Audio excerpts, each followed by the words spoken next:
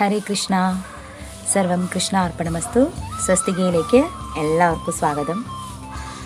നമ്മുടെ എല്ലാവരുടെയും ജീവിതത്തിൽ എപ്പോഴും നമ്മൾ നേരിടുന്ന രണ്ട് തരത്തിലുള്ള കുറച്ച് ആളുകളുണ്ട്. അതായത് നമ്മൾ എന്ത് നല്ലത് ചെയ്താലും എന്തൊക്കെ നല്ലത് പ്രവർത്തിച്ചാലും നമ്മുടെ അടുത്ത് നിന്ന് എന്തെങ്കിലും ഒരു മിസ്റ്റേക്ക് കണ്ടുപിടിക്കാൻ വേണ്ടിയിട്ട് നോക്കിയിരിക്കുന്ന ആളുകൾ.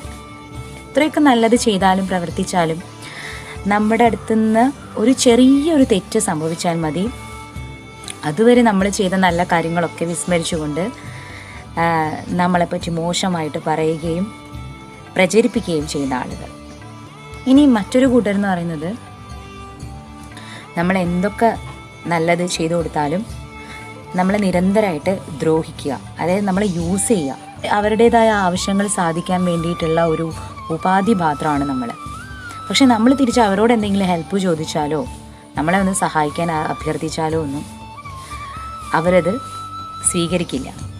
ആ പ്രീവിയസിൽ നമ്മൾ എന്തൊക്കെ ചെയ്തു എന്നുള്ളത് മറന്നുകൊണ്ടായിരിക്കും അവർ പ്രവർത്തിക്കുക, അവർ ചിന്തിക്കുക, അവർ നമ്മളോട് പെരുമാറുക.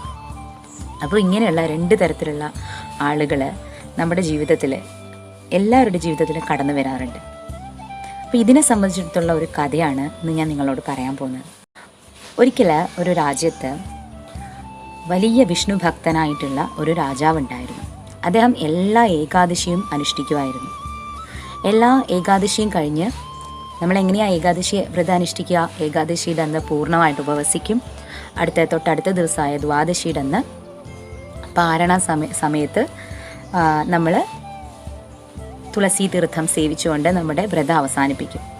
അതിനുശേഷം ബ്രാഹ്മണർക്ക്, ഇവിടെ ബ്രാഹ്മണർ എന്നുദ്ദേശിക്കുന്നത് സജ്ജനങ്ങൾക്ക്, സാധുക്കൾക്ക്, അതായത് എല്ലാം ഭഗവാനിൽ സമർപ്പിച്ചുകൊണ്ട് വളരെ ലളിതമായിട്ടുള്ള ജീവിതം നയിക്കുന്ന, ഭഗവാനിൽ സമർപ്പിച്ചുകൊണ്ട് ജീവിക്കുന്ന സജ്ജനങ്ങളെയാണ് ബ്രാഹ്മണർ എന്നുദ്ദേശിക്കുന്നത്. ഭഗവത്ഗീതയിലും ഭഗവാൻ ബ്രാഹ്മണർ എന്ന് പറയുന്നത് ഇത്തരത്തിലുള്ള ആളുകളെയാണ്. മനസ്സിൽ ദോഷങ്ങളൊന്നുമില്ലാതെ കാമ, ക്രോധ, മോഹ, ലോഭ വിചാരങ്ങളെയൊക്കെ അടക്കി ഇന്ദ്രിയങ്ങളൊക്കെ കൺട്രോൾ ചെയ്തുകൊണ്ട് വളരെ ലളിതമായ ജീവിതം നയിക്കുന്ന സാധുക്കളായ ജനങ്ങൾ, ഭഗവാന്റെ പ്രസാദം സേവിച്ചുകൊണ്ട് ജീവിക്കുന്ന സജ്ജനങ്ങളെയാണ് ബ്രാഹ്മണർ എന്ന് പറയുന്നത്. അപ്പോൾ അത്തരത്തിലുള്ള സാധുക്കളെ അല്ലെങ്കിൽ സാധുക്കളെയൊക്കെ സേവിക്കുക, അവർക്ക് ഭക്ഷണം കൊടുക്കുക ഒക്കെ ചെയ്യുമായിരുന്നു രാജാവ്. ഈ ഏകാദശി വ്രതം അവസാനിപ്പിച്ചതിന് ശേഷം എല്ലാവർക്കും ഭക്ഷണം ഒക്കെ വിതരണം ചെയ്യുമായിരുന്നു രാജാവ്. അപ്പോൾ അങ്ങനെ ഇരിക്കെ ഒരു ഏകാദശി കഴിഞ്ഞതിന് ശേഷം ദ്വാദശിയുടെ അന്ന് രാജാവ് പാരണ വീട്ടുകയാണ്. അതിനുശേഷം എല്ലാ സാധുക്കളെയും സജ്ജനങ്ങളെ ബ്രാഹ്മണരെയൊക്കെ വിളിച്ചിരുത്തിയിട്ട് ഭക്ഷണം ഇങ്ങനെ രാജാവ് തന്നെ വിളമ്പി കൊടുത്തുകൊണ്ടിരിക്കുമ്പോൾ ഒരു ബ്രാഹ്മണന് ഭക്ഷണം വിളമ്പുന്ന സമയത്ത് ആകാശത്തിൽ കൂടെ ഒരു പരുന്ത് പറന്നു പോവും. ആ പരുന്തിൻ്റെ കൊക്കിൽ, വായലാണെങ്കിൽ ഉഗ്രവിഷമുള്ളൊരു പാമ്പ്. പരുന്തുകളുടെ ഭക്ഷണം എന്ന് പറഞ്ഞാൽ പാമ്പുകളാണല്ലോ. അപ്പോൾ ഉഗ്രവിഷമുള്ള ഒരു സർപ്പം അതിങ്ങനെ മരിച്ചു കിടക്കുകയാണ്. അത് ചത്തു. അതിനെ കൊത്തിക്കൊണ്ടാണ് ഈ പരുന്ത് പറന്നു പോകുന്നത്. അപ്പോൾ ഈ പാമ്പിൻ്റെ വായിൽ നിന്ന് ഒരു തുള്ളി വിഷം താഴേക്ക് ഇറ്റ് വീഴും. അത് വന്ന് വീഴുന്നതാണെങ്കിലോ ഈ ബ്രാഹ്മണൻ കഴിക്കുന്ന ആ ഭക്ഷണം ആ ഇലയിലാണ് വന്ന് വീഴുന്നത്. അപ്പോൾ രാജാവ് ഇത് കാണുന്നില്ല. ഈ കഴിച്ചുകൊണ്ടിരിക്കുന്ന വ്യക്തിയും ബ്രാഹ്മണനും ഇത് കാണുന്നില്ല. രാജാവ് ഇങ്ങനെ ഭക്ഷണം വിളമ്പി കൊടുക്കുകയാണ് അദ്ദേഹത്തിന്. അദ്ദേഹം വളരെ സന്തോഷത്തോടുകൂടി ആ ഭക്ഷണം കഴിച്ചുകൊണ്ടിരിക്കുന്നുണ്ട്. അപ്പോഴാണ് ഈ തുള്ളി വിഷം അദ്ദേഹത്തിൻ്റെ ഭക്ഷണത്തിൽ കലർന്ന് അത് അദ്ദേഹം ഭക്ഷിക്കുകയും ചെയ്യുന്നു. പെട്ടെന്ന് തന്നെ അദ്ദേഹത്തിന് ശരീരത്തിലൊരു വിറയൽ പോലെ വരികയും ആ ഉഗ്രവിഷം ശരീരത്തിലേക്ക് ഏൽക്കുകയും ഉടനടി അദ്ദേഹം മരിച്ചു വീഴുകയും ചെയ്യുന്നു.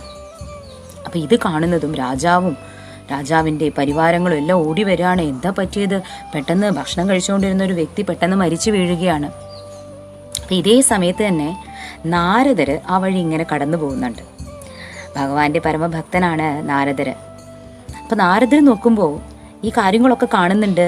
രാജാവ് ഏകാദശി വ്രതത്തിന് ശേഷം ഇങ്ങനെ സജ്ജനങ്ങൾക്ക് ഭക്ഷണം വിതരണം ചെയ്യുന്നു. ഇതൊക്കെ കാണാൻ വേണ്ടിയിട്ടാണ് നാരദർ ഈ രാജാവിൻ്റെ ആ രാജ്യത്തെത്തിയത്.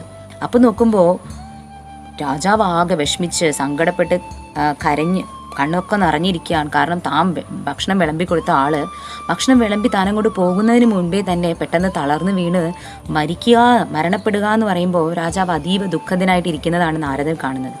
മാത്രമല്ല, നാരദർക്ക് മാത്രം കാണാൻ സാധിക്കുന്നുണ്ട് മരിച്ചു കിടക്കുന്ന ബ്രാഹ്മണന്റെ ശരീരത്തിൽ നിന്നും അദ്ദേഹത്തിൻ്റെ ആത്മാവിനെ സ്വീകരിച്ചുകൊണ്ട് കാലൻ അങ്ങനെ നിൽക്കുന്നുണ്ട്. അത് നാരദർക്ക് മാത്രം കാണാൻ സാധിക്കുന്നുണ്ട്. പക്ഷെ കാലൻ വല്ലാത്ത ചിന്താക്കുഴപ്പത്തിൽ അങ്ങനെ നിൽക്കുന്നുണ്ട്. അപ്പം നാരദർക്ക് തോന്നുന്നു, എന്തു പറ്റി യമരാജാവിന്? അദ്ദേഹം വളരെ ആശയക്കുഴപ്പത്തിലാണല്ലോ, ഒന്ന് പോയി അന്വേഷിക്കുക എന്ന് പറഞ്ഞിട്ട് നാരദൻ യമധർമ്മനോട് ചെന്നിട്ട് ചോദിക്കും, അങ്ങ് എന്താണ് ഒരു ആശയക്കുഴപ്പത്തിൽ നിൽക്കുന്നത്? ഈ ബ്രാഹ്മണന്റെ ആത്മാവിനെ കൊണ്ടുപോകാനായിട്ട് എന്താണ് അങ്ങേക്കുള്ള ആശയക്കുഴപ്പം എന്ന് ചോദിക്കുമ്പോൾ കാലൻ പറയും, അല്ല, ഈ ബ്രാഹ്മണൻ മരിച്ചു, പക്ഷേ ഈ മരണത്തിൻ്റെ കർമ്മഫലം ഞാൻ ആർക്ക് കൊടുക്കും എന്നുള്ള ഒരു ആശയക്കുഴപ്പത്തിൽ നിൽക്കുകയാണ് എന്ന് പറയും. അപ്പോൾ നാരദൻ ചോദിക്കും, ഈ മരണത്തിനും കർമ്മഫലം ഉണ്ടാവുമോ എന്ന് ചോദിക്കും. അപ്പോൾ കാലൻ പറയും, തീർച്ചയായിട്ടും കർമ്മഫലം ഉണ്ടാവും. എന്ത് കാര്യത്തിനും ഒരു കർമ്മഫലം ഉണ്ടാവും. ഒരു പുണ്യകർമ്മത്തിനാണെങ്കിലും ഒരു പാപകർമ്മത്തിനാണെങ്കിലും തീർച്ചയായിട്ടും കർമ്മഫലം എല്ലാവരിലും വന്നു ചേരും. അപ്പോൾ നാരദ ചോദിക്കും, അപ്പോൾ ഈ ബ്രാഹ്മണൻ മരിച്ചതിൻ്റെ കർമ്മഫലം ആർക്കാണ് അങ്ങ് കൊടുക്കാൻ പോകുന്നത് എന്ന് ചോദിക്കും. അപ്പോൾ കാലൻ പറയും, അതിലാണ് ഞാനിപ്പോൾ ഒരു ആശയക്കുഴപ്പത്തിൽ നിൽക്കുന്നത്. ആ പരുന്തിന് കൊടുക്കണോ, അതോ ആ സർപ്പത്തിന് കൊടുക്കണോ, അതോ ഈ രാജാവിന് കൊടുക്കണോ എന്നുള്ളതാണ് എൻ്റെ ഒരു ചിന്താക്കുഴപ്പം. അപ്പോൾ നാരദർ പറയും, എന്താണ് യമധർമ്മ രാജാവേ അങ്ങ് പറയുന്നത്? ആ പരുന്ത് എന്തറിഞ്ഞു? ആ പരുന്ത് തൻ്റെ ഇരയും കൊത്തിക്കൊണ്ട് ആകാശത്തൂടെ പറന്നുപോയി. അത് ഈ ബ്രാഹ്മണനെ കൊല്ലാനായിട്ട് ഉദ്ദേശിച്ചിട്ട് തന്നെ ഇല്ല. അപ്പോൾ ആ പരുന്തിനെങ്ങനെയാണ് ഈ ബ്രാഹ്മണൻ മരിച്ചതിൻ്റെ കർമ്മഫലം വന്നു ചേരുക? ഇനി പാമ്പായിക്കോട്ടെ, അത് ചത്തുപോയ പാമ്പാണ്.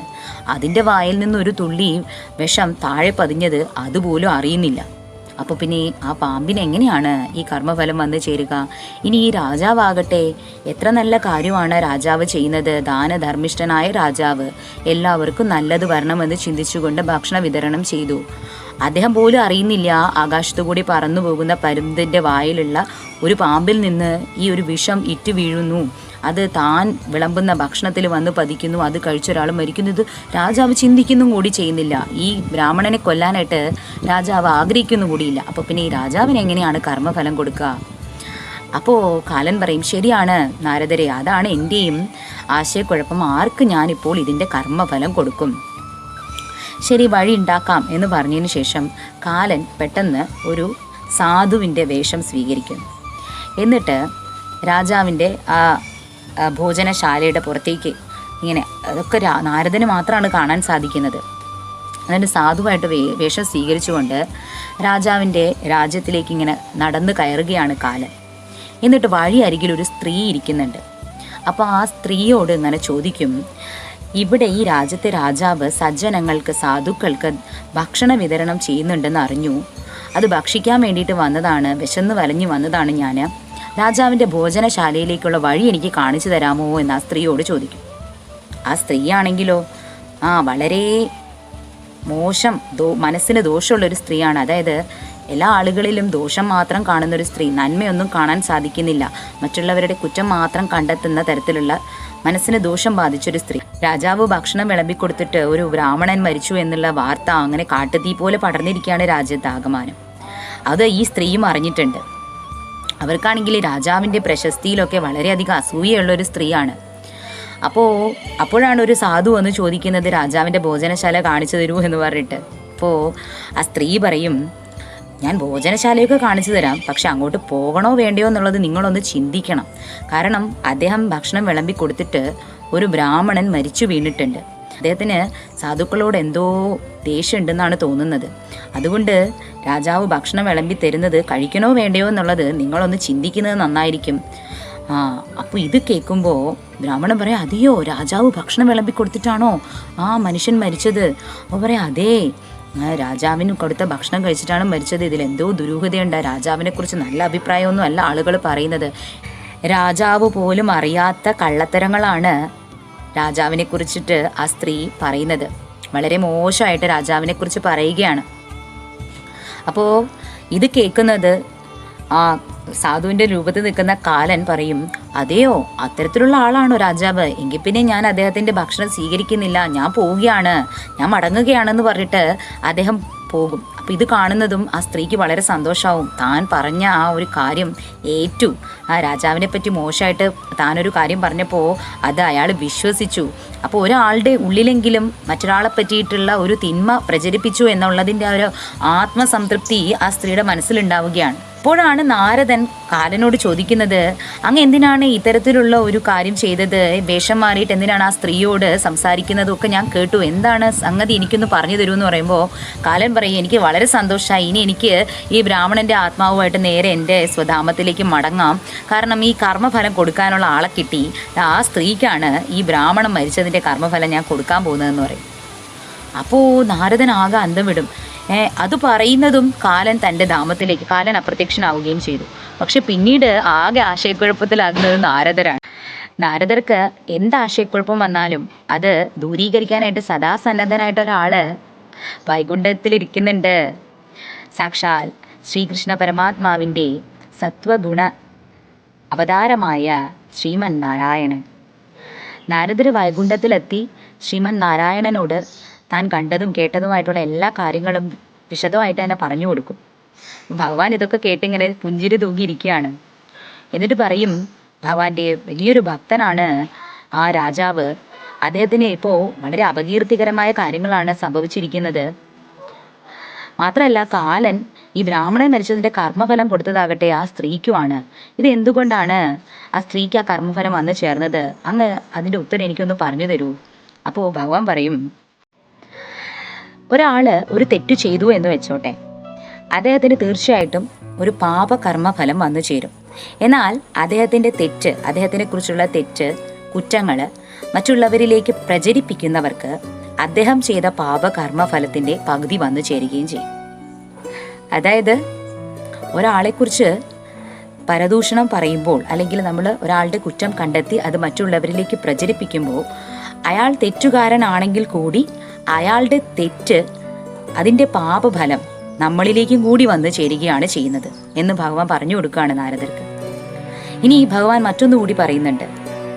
ഇനി ഈ നമ്മൾ കുറ്റം പറയുന്ന ആള്, നമ്മൾ ഒരാളുടെ കുറ്റം പ്രചരിപ്പിക്കുന്നു, അത് അദ്ദേഹം ചെയ്യാത്തൊരു കുറ്റമാണ്, നമ്മൾ ഒരു ചെയ്യാത്ത തെറ്റിൻ്റെ പേരിലാണ് ഒരാളെ തേജോവധം ചെയ്യുകയും അപകീർത്തിപ്പെടുത്തുകയും ഒക്കെ ചെയ്യുന്നതെങ്കിൽ അദ്ദേഹത്തിൻ്റെ ആ പാപത്തിൻ്റെ പൂർണ്ണമായിട്ടുള്ള 100% പാപത്തിൻ്റെ കർമ്മഫലം അദ്ദേഹത്തിൻ്റെ കുറ്റം പ്രചരിപ്പിക്കുന്നവർക്ക്, ആരുടെയാണോ കുറ്റം, അതായത് ഒരു നിരപരാധിയായ ഒരു മനുഷ്യൻ്റെ കുറ്റം പ്രചരിപ്പിക്കുന്നവർക്കായിരിക്കും അതിൻ്റെ കർമ്മഫലം അനുഭവിക്കേണ്ടി വരിക. അപ്പോൾ നൈർമിഷികമായിട്ടുള്ള ഒരു സന്തോഷത്തിന് വേണ്ടിയിട്ട്, ഒരു ചാരിതാർത്ഥ്യത്തിന് വേണ്ടിയിട്ട്, ഒരു ആത്മസുഖത്തിന് വേണ്ടിയിട്ട് മറ്റുള്ളവരുടെ കുറ്റവും കുറവും കണ്ടെത്തി അത് ഒരു 4-5 പേരോട് പറഞ്ഞ് അത് പ്രചരിപ്പിച്ച് ആസ്വദിക്കുന്നത് ചില ആളുകളുടെ ഒരു ശീലമാണ്, മനസ്സിൻ്റെ ഒരു ദോഷം തന്നെയാണത്. പക്ഷെ അതുകൊണ്ട് അവർക്ക് ഭാവിയിൽ വരാനിരിക്കുന്ന വിഷമങ്ങൾ, ആ വ്യക്തി കടന്നുപോയ അതേ നിലയിലൂടെ തങ്ങൾക്കും ഒരിക്കൽ പോകേണ്ടി വരും എന്നുള്ളത് അവർ ചിന്തിക്കുന്നില്ല. കാരണം അവർ ചെയ്യുന്നതൊരു പാപമാണ്, അതിനൊരു കർമ്മഫലം തീർച്ചയായും ഉണ്ടാകും എന്ന് ഈ പരദൂഷണം പറയുന്നവർ തിരിച്ചറിയുന്നില്ല. അത് ഈ കഥയിലൂടെ നമ്മൾ പഠിക്കേണ്ട വലിയൊരു പാഠമാണ്. ഒരു കാര്യത്തെക്കുറിച്ചിട്ട് പൂർണ്ണമായിട്ടുള്ള ഒരു അറിവില്ലെങ്കിൽ നമ്മൾ ഒരിക്കലും ഒരാളെയും ഒരു വ്യക്തിയെയും തേജോവധം ചെയ്യാൻ പാടില്ല. അങ്ങനെയുള്ള കാര്യങ്ങൾ പ്രചരിപ്പിക്കുക എന്നതും തെറ്റാണ്. കാരണം നമ്മുടെ ജീവിതത്തിൽ കാലം എന്ന് പറയുന്നത് ഒരു വലിയൊരു ഫാക്ടറാണ്. അതായത് ഏതൊരു കർമ്മത്തിൻ്റെ ഫലം വന്നു ചേരുക കാലത്തിനനുസരിച്ചിട്ടാണ്. നമ്മൾ പറയും എന്തൊക്കെ തെറ്റുകുറ്റങ്ങൾ ചെയ്യുന്ന ഒരാളാണ്, എന്നിട്ട് എത്ര ഭംഗിയായിട്ടാണ് അവർ ജീവിക്കുന്നത്. അത് ആ ഒരു പ്രസൻറ്റ് കണ്ടീഷൻ കണ്ടിട്ടാണ് നമ്മൾ പറയുന്നത്. പക്ഷേ ഒരു പാസ്റ്റ്, ഒരു ഫ്യൂച്ചർ അവർക്കുണ്ട്. പാസ്റ്റിൽ അവരെന്തൊക്കെ അനുഭവിച്ചത് കൊണ്ടാണ് അവർ ഇന്ന് സുഖം അനുഭവിക്കുന്നതെന്ന് നമുക്കറിയില്ല. അതുപോലെ ഇന്ന് എന്തൊക്കെ തെറ്റുകൾ ചെയ്ത ഒരു വ്യക്തി ഇന്ന് എന്തൊക്കെ തെറ്റുകൾ ചെയ്യുന്നു, എന്നിട്ട് അവരെത്ര സുഖം അനുഭവിക്കുന്നു എന്ന് നമ്മൾ പറയുമ്പോൾ അവർ ഫ്യൂച്ചറിൽ ഇനി അനുഭവിക്കാനിരിക്കുന്ന കാര്യങ്ങളെക്കുറിച്ച് നമുക്ക് ഒരിക്കലും ചിന്തിക്കാൻ പോലും സാധിക്കില്ല. കാരണം ഒരു ദിവസമോ 2 ദിവസമോ ഒന്നും അല്ല, ആ സമയ കാലയളവല്ല കർമ്മഫലത്തിനായിട്ട് കാത്തിരിക്കുന്നത്. ചിലപ്പോൾ 6 മാസമോ ചിലപ്പോൾ 1 വർഷമോ ചിലപ്പോൾ 10-12 വർഷങ്ങളോ എപ്പോഴായിരുന്നാലും കഴിഞ്ഞു കഴിഞ്ഞാൽ ചെയ്തു കൂട്ടിയ കർമ്മങ്ങളുടെ എല്ലാം ഫലം നമ്മൾ അനുഭവിച്ചു തീർക്കണം. ഇപ്പോൾ ഒരാൾ 3 തെറ്റ് പാപകർമ്മങ്ങൾ ചെയ്തു, 4 പുണ്യകർമ്മങ്ങൾ ചെയ്തു. അപ്പോൾ ചിലർ വിചാരിക്കും ഞാൻ 3 തെറ്റ് ചെയ്തെങ്കിലും ഞാൻ 4 എന്താ പറയുക പുണ്യകർമ്മങ്ങൾ ചെയ്തു, അപ്പോൾ കോമ്പൻസേറ്റ് ആയിട്ട് എൻ്റെ പുണ്യമാണല്ലോ കൂടി നിൽക്കുന്നതെന്ന് പറയും. പക്ഷെ അങ്ങനെ അല്ല. അങ്ങനെ ഒരു മാത്തമാറ്റിക്സ് അല്ല കർമ്മഫലത്തിൽ വർക്കൗട്ട് ആവുന്നത്. കാരണം നമ്മൾ 3 തെറ്റുകൾ ചെയ്തിട്ടുണ്ടെങ്കിൽ ആ തെറ്റിൻ്റെ പാപകർമ്മത്തിൻ്റെ ഫലം തീർച്ചയായിട്ടും അനുഭവിക്കേണ്ടി വരും. അതോടൊപ്പം നമ്മൾ 4 പുണ്യകർമ്മങ്ങൾ ചെയ്തിട്ടുണ്ടെങ്കിൽ അതിൻ്റെ പുണ്യഫലവും നമ്മൾക്ക് വന്നു ചേരും. അപ്പോൾ എന്താണോ ചെയ്യുന്നത്, ഏത് രീതിയിലുള്ള കർമ്മമാണോ ചെയ്യുന്നത്, അതിൻ്റെ ഫലമാണ് നമുക്ക് തൊട്ടടുത്ത നിമിഷം നമുക്ക് അനുഭവിക്കേണ്ടി വരിക. അപ്പോൾ നമ്മൾ അപ്പോഴും അത് ചിന്തിക്കുക. പല മനുഷ്യരുടെയും ജീവിതത്തിലുണ്ടാകുന്ന അവിചാരിതമായിട്ട് ഉണ്ടാകുന്ന പല പ്രശ്നങ്ങളുടെയും കാരണം എന്ന് പറയുന്നത് ഇതുപോലെ അറിഞ്ഞോ അറിയാതെയോ വാക്കുകൊണ്ടോ പ്രവൃത്തി കൊണ്ടോ ഒക്കെ ചെയ്തു പോയ ചില കർമ്മങ്ങളുടെ ദോഷമാണ്. അപ്പോൾ തീർച്ചയായിട്ടും അത് നീക്കണം എന്നുണ്ടെങ്കിൽ, ഈ പാപങ്ങളുടെയൊക്കെ ഫലം ഇല്ലാതാവുന്നുണ്ടെങ്കിൽ ഭഗവാനെ സദാ ഭജിച്ച് ഭഗവാനോട് മാപ്പ് ചോദിക്കുക ചെയ്തു പോയ തെറ്റുകൾക്ക്. അതിനൊരു വലിയൊരു മാർഗമാണ് നമ്മൾ ഇതുവരെ ചെയ്തു കൂട്ടിയത് എന്നോടെല്ലാം ക്ഷമിച്ച് എൻ്റെ മനസ്സും ശരീരവും പവിത്രമാക്കി തരണേ എന്ന് ഭഗവാനോട് യാചിക്കുന്നതിന് മറ്റൊരു ഉപായം കൂടിയാണ് ഏകാദശി വ്രതം അനുഷ്ഠിക്കുക എന്ന് പറയും. മറ്റൊരു കഥ. ഒരിക്കലൊരു സാധു ഒരു ജലത്തിൽ സ്നാനം ചെയ്യാണ്. അത് രാവിലെ ജലസ്നാനം ചെയ്തുകൊണ്ടിരിക്കുമ്പോൾ ഒരു തേള് വെള്ളത്തിലിങ്ങനെ മുങ്ങിക്കിടക്കുകയാണ്. അത് വെള്ളത്തിൽ മുങ്ങി അത് ചത്തുപോകുന്നുള്ള അവസ്ഥയിലെത്തുമ്പോൾ ഈ സാധു ആ തേളിൻ്റെ വാലിൽ പൊക്കി പിടിച്ചിട്ട് അതിനെ രക്ഷിക്കാൻ നോക്കും. പക്ഷേ ആ തേളാണെങ്കിലോ കയ്യിലിങ്ങനെ ആ പകുതി പൊന്തിച്ച് മുകളിലേക്ക് എടുക്കുമ്പോഴേക്കും ആ സാധുവിൻ്റെ കയ്യിൽ ആഞ്ഞു കൊത്തുകയാണ് തേള്. പെട്ടെന്ന് അദ്ദേഹം വേദന കൊണ്ട് വീണ്ടും ആ തേളിനെ വെള്ളത്തിലേക്കിടുന്നു. വീണ്ടും അദ്ദേഹം ആ തേളിനെ രക്ഷിക്കാൻ വേണ്ടിയിട്ട് പൊക്കിയെടുക്കുന്നു. പകുതി പൊത്തിയെടുത്ത് കരയിലേക്ക് വെക്കുമ്പോഴത്തേക്കും കയ്യിൽ ആഞ്ഞു കടിക്കും. അപ്പോൾ വീണ്ടും വെള്ളത്തിലേക്ക് വീണു. അപ്പോൾ ഇതിങ്ങനെ 2-3 പ്രാവശ്യമായിട്ട് ഇത് തന്നെ അദ്ദേഹം ചെയ്തുകൊണ്ടിരിക്കുമ്പോൾ അടുത്ത് ആ നദിയുടെ കരയിൽ ഒരു മീൻപിടുത്തക്കാരൻ ഇരുന്ന് മീൻ പിടിക്കുന്നുണ്ട്. അപ്പോൾ അദ്ദേഹത്തിന് ഇങ്ങനെ കൗതുകമാവും. അദ്ദേഹം ചോദിക്കുക, എന്താണ് അങ്ങ് ഇങ്ങനെ ചെയ്യുന്നത്? ഈ തേള് അങ്ങേ വീണ്ടും വീണ്ടും കൊത്തിക്കൊണ്ടിരിക്കുകയാണ്, അങ്ങ് പിന്നെ അതിനെ രക്ഷിക്കാൻ ശ്രമിക്കുകയാണ്, അതിനെ വിട്ട് കളഞ്ഞേക്ക്, അത് ചത്തുപൊയ്ക്കോട്ടെ എന്ന് പറയും. അപ്പോൾ സാധു പറയും, തേളിൻ്റെ ധർമ്മം എന്ന് പറയുന്നത് കൊത്തുക എന്നുള്ളതാണ്. കാരണം അത് ഒരു വിഷജന്തുവാണ്. അതിൻ്റെ മനസ്സിലൊരിക്കലും അതിനെ രക്ഷിക്കുന്നത് കാരണം അത് നമ്മളെ രക്ഷിച്ചോളാം. അതായത് ഓരോ ആളുകൾക്ക് സഹജമായിട്ടുള്ളൊരു സ്വഭാവമുണ്ട്. അതിൽ നിന്നൊരു മാറ്റം അവർക്ക് ഉണ്ടാവില്ല. ഇപ്പോൾ വെള്ളത്തിൻ്റെ ഒരു സ്വഭാവം എന്ന് പറഞ്ഞാൽ വെള്ളത്തിൽ നമ്മൾ ഇറങ്ങിക്കഴിഞ്ഞാൽ നമ്മുടെ ശരീരം അകം നനയും. വെള്ളത്തിൽ ഇറങ്ങിയാൽ നമ്മൾ നനയും എന്നുള്ളത് വെള്ളത്തിൻ്റെ സഹജമായ ഒരു സ്വഭാവമാണ്. പക്ഷേ ഞാനൊരു മനുഷ്യനാണ്. എൻ്റെ ഒരു സ്വഭാവം എന്ന് പറയുന്നത് മറ്റുള്ളവരെ സഹായിക്കുക എന്നുള്ളതാണ്.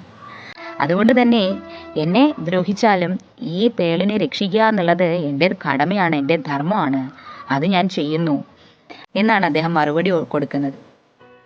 ഇവിടെ ഈ സാധുക്കളെ പോലെയുള്ള, അതായത് ഭഗവാന്റെ ഭക്തരായിട്ടുള്ള ആളുകളെ സംബന്ധിച്ചിടത്തോളം മറ്റുള്ളവരെ വഞ്ചിക്കുക, ചതിക്കുക, പറ്റിക്കുക, പ്രോഫിറ്റ് ഓറിയൻറ്റഡ് ആയിട്ട് ജീവിക്കുക അങ്ങനെയൊന്നും നമുക്ക് തോന്നില്ല. ആരെ കണ്ടാലും സഹായിക്കണം, നല്ലത് എല്ലാവർക്കും വരണം എന്നുള്ള തോന്നലേ സാധുക്കളായിട്ടുള്ള സജ്ജനങ്ങൾക്ക് ഉണ്ടാവുകയുള്ളൂ. പക്ഷേ ഇതിൽ ലാഭം കണ്ടെത്തുന്ന ഇവരെ യൂസ് ചെയ്യുക എന്നുള്ളതാണ് ഈ സ്കോർപ്പിയോൺ, ഈ പറഞ്ഞ തേളിൻ്റെ സ്വഭാവമുള്ള ആളുകളാണ് ഈ മെറ്റീരിയലിസ്റ്റിക് ആയിട്ടുള്ള വേൾഡിൽ അധികം ഉള്ളത്. സജ്ജനങ്ങൾ, സാധുക്കൾ വളരെ കുറവാണല്ലോ. അപ്പോൾ ഈ സാധുക്കളെ ഉപയോഗിക്കുക, രക്ഷപ്പെടാൻ വേണ്ടിയിട്ട് ആ സാധുവിൻ്റെ കയ്യിൽ തൂങ്ങി കരയിലേക്ക് എത്തുമ്പോൾ തന്നെ അദ്ദേഹത്തിൻ്റെ കയ്യിൽ കടിക്കാൻ നോക്കുകയാണ് ആ തേള്. അപ്പോൾ അത് അതിൻ്റെ സഹജമായ സ്വഭാവം കാണിക്കും. എത്ര നമ്മൾ അതിനെ രക്ഷിക്കാനായിട്ട് ശ്രമിച്ചാലും അതിനെ സഹായിക്കാൻ ശ്രമിച്ചാലും അതതിൻ്റെ സ്വാഭാവികമായിട്ടുള്ള സ്വഭാവം അത് കാണിക്കും. പക്ഷേ ഒരു സജ്ജനം, ഒരു സാധുവായിട്ടുള്ള നല്ല മനസ്സിനുടമയ്ക്ക് എത്ര തങ്ങളെ ദ്രോഹിച്ചാലും മറ്റുള്ളവരെ സഹായിക്കാനുള്ള മെൻറ്റാലിറ്റി മാത്രമേ ഉണ്ടാവുകയുള്ളൂ.